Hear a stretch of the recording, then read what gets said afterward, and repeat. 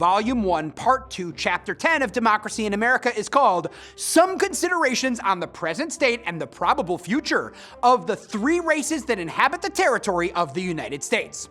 Tocqueville makes an extensive series of observations of Native Americans and African Americans, both of whom have experienced the effects of the white man's tyranny, systematically dispossessed and bound into slavery.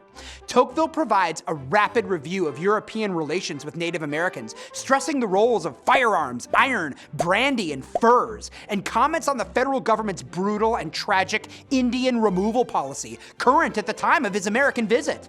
Tocqueville next turns his attention to the deplorable predicament of enslaved blacks in America, whose bondage consists of a fatal combination: the enslavement of an entire people and the fact that this people is of a different race. Tocqueville does not think white and black people will coexist with full equality anywhere, and he predicts that the abolition of slavery in the South will increase the bitterness felt by the white population toward blacks. Race wars are not out of the question, and secession by one or more states is a definite possibility. The South, on the one hand, detests Northern denunciation of slavery, and on the other hand, desperately needs Northern infrastructure like railroads. Tocqueville predicts that with the rapid geographical expansion of the United States and the population increase, within a century, America will consist of 40 states and will have more than 100 million inhabitants. And the center of federal power is shifting daily.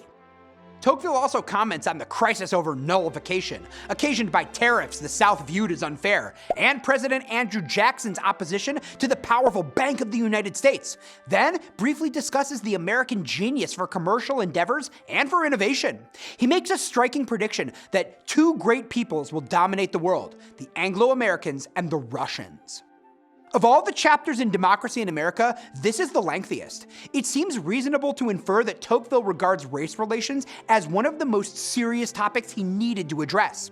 Race relations, in his view, represent America's single greatest problem, and the light of subsequent history makes refutation of this claim difficult, if not impossible.